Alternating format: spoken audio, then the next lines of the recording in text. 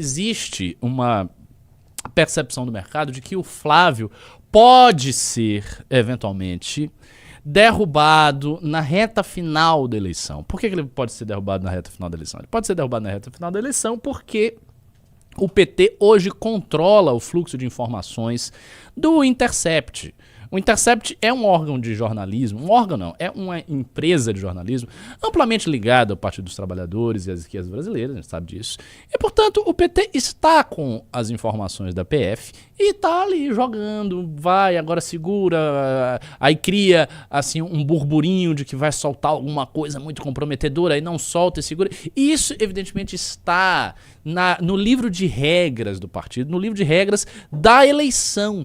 Então, de fato, se você é um operador do mercado, você tem um grande fundo de investimentos, você precisa saber qual vai ser aí a agenda econômica do próximo presidente de direita, apostar no Flávio Bolsonaro é um problema. Porque você vai apostar no Flávio Bolsonaro, mas em cima da eleição pode ser que ele seja derrubado da eleição porque saiu alguma outra coisa do Vorcaro e aí todo mundo não tem previsibilidade e não há nada pior para o mercado do que a imprevisibilidade. Se tem uma coisa que os operadores financeiros gostam é de previsibilidade. Eles fazem esses IPOs, as coisas dele, porque eles se baseiam em previsibilidade. Tudo tem que estar dentro dos conformes, do contrário é problema, e existe um certo outsider que oferece bastante previsibilidade. Eu diria, inclusive, tem umas pessoas que dizem que o Renan é imprevisível. Não é verdade, não é verdade. A campanha, a pré-campanha do Renan e o projeto nosso, o projeto da missão, não é um projeto imprevisível. Ele é um projeto altamente previsível, inclusive porque é um projeto que vai estar detalhado, e está detalhado em livros. Então, quando você tem um projeto que está posto, que está colocado na sociedade civil e amplamente discutido por essa sociedade e amplamente discutido por uma militância que está aí conosco há 10 anos e as pessoas estão vendo o nosso projeto sendo montado, você tem alta previsibilidade. A previsibilidade está posta. Fora isso, existem outros elementos no discurso econômico do Renan que são elementos interessantes para o mercado. O primeiro deles é: nós vamos fazer um ajuste fiscal muito duro. Então, o tal do ajuste fiscal e do saneamento das contas públicas está colocado como uma prioridade do programa do Renan. Existem duas prioridades que ele vai tocar inicialmente, caso ele seja eleito a presidente. A primeira delas é a questão da segurança pública e a segunda é o ajuste fiscal. São as duas prioridades. É segurança pública e ajuste fiscal. É declaração de guerra ao tráfico e às facções criminosas e ajuste fiscal simultaneamente. E o ajuste fiscal, inclusive, se a gente for pensar cronologicamente, é anterior à questão da guerra ao tráfico, porque já acontece na própria transição. Então, durante a transição que se dá de um presidente para outro, isso já vai ser tocado. Essa é a ideia. E é fazer um ajuste fiscal muito duro. Um ajuste fiscal que crie o espaço de investimento nas áreas de infraestrutura, saúde, educação, própria segurança, defesa, etc, etc. Então, meio que a coisa ali ela já está clara. Tem uma segunda coisa que já está clara pelos discursos do Renan. Ele não vai colocar um figurão, um medalhão do mercado financeiro. Ele disse isso mais de uma vez, que ele não fará isso.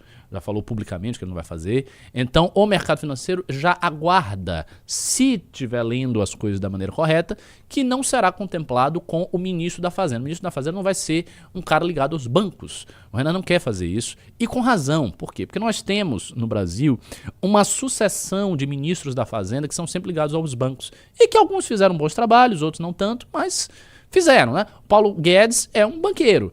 O Henrique Meirelles foi presidente de banco. O Henrique Meirelles fez, na época do Lula, um trabalho bem melhor do que o Paulo Guedes com o Bolsonaro. Tanto que o Brasil cresceu bastante, inclusive, no período do auge do governo Lula. Então, aconteceu isso. Né? E, veja, por que não colocar um outro figurão no mercado financeiro? Porque a gente tem a percepção, o diagnóstico que nós fazemos, que há uma financiarização excessiva da economia brasileira. A economia brasileira se tornou demasiadamente financiarizada e muito pouco industrializada.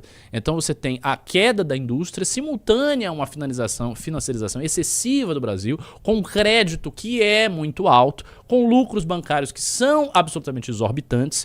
Tudo isso está na mesa e com uma imprevisibilidade por parte dos bancos diante de uma população que é amplamente endividada. Então você tem todos os elementos mais nefastos assim, para a lógica econômica. Você tem uma população amplamente endividada, você tem spreads bancários altíssimos no Brasil, os mais altos do mundo, você tem um crédito muito alto, o que dificulta muito caro, o que dificulta a produção, você tem lucros excessivos dos bancos, você tem um IOF, um Imposto sobre Transações Financeiras, em cima de todas as transações financeiras.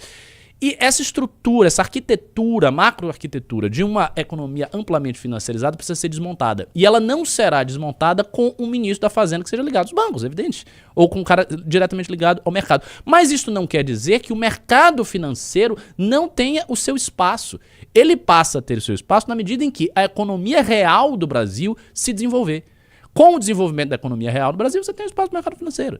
Não há essa antítese aí. Então, essa é outra coisa que está também absolutamente clara. A terceira coisa que está clara, a gente está cansado, porque o Brasil que produz, o Brasil que trabalha, está cansado de levar nas costas o Brasil improdutivo. E esse é um mote muito claro da campanha. Muito claro da campanha. Hoje no Brasil nós temos 50 milhões de pessoas que vivem de Bolsa Família. 50 milhões. Isso é um quarto da população brasileira, vivendo de Bolsa Família. A gente tem boa parte dos municípios brasileiros, como eu já falei anteriormente, que são insolventes, que não conseguem manter as suas contas. Esta situação ela precisa ser resolvida. Isto é algo que agrada qualquer um que tenha racionalidade econômica. Porque não dá para você manter racionalidade econômica num país que 50 milhões de pessoas estão no Bolsa Família. Né? Uma economia amplamente prejudicada pela amplitude dos programas de transferência de renda e pela natureza, pelo caráter dos programas de transferência de renda. Então, o Amaro Neto falou, Renan acredita que os juros são altos porque o governo gasta muito, mas é um dos motivos pelos quais os juros são altos mesmo. O gasto governamental excessivo produz isso. Obviamente não é a única coisa, mas é um dos motivos. Essa é uma das razões, de fato. E veja, o governo tem um imposto, que é um imposto caro, um imposto alto, sobre as transações financeiras. Tem um monte de país que não tem. O IOF, eu não digo que é uma excepcionalidade brasileira, mas é uma característica do Brasil que não é partilhado por vários outros países. Então o governo ganha dinheiro em cima disso. E quando você olha a composição dos juros, tem no livro amarelo, eu acho que é no... Creio eu que é no ou é no quinto fascículo ou é no terceiro fascículo, agora me fugiu a memória, mas é um desses, ou o terceiro ou o quinto fascículo. Tem uma tabela lá sobre a composição do chamado spread bancário. E dentro desta composição tem cerca de mais de 20% se deve a IOF. E outros tantos se devem ao lucro do banco. Se você diminui o lucro do banco, se você diminui o lucro do governo em cima do banco via tributação, você já tem uma diminuição de cara aí de uns 40% no spread. O crédito já vai, ele já diminui muito. E isso está posto, e isso está colocado no programa. Então, novamente, é um aspecto de previsibilidade que nós temos. Então, a gente tem bastante previsibilidade no nosso programa, e isso é interessante para o mercado. De modo que eu acho que se nós estivermos pontuando coisa de 10%, tá, o mercado vai vir para conversar, assim, ele já está conversando, já está abrindo as portas, não acho que isso vai ser nenhuma grande dificuldade. Isso sem falar que, assim, quem do mercado quer Flávio Bolsonaro só quer porque o Flávio Bolsonaro é um capacho de quem tem dinheiro.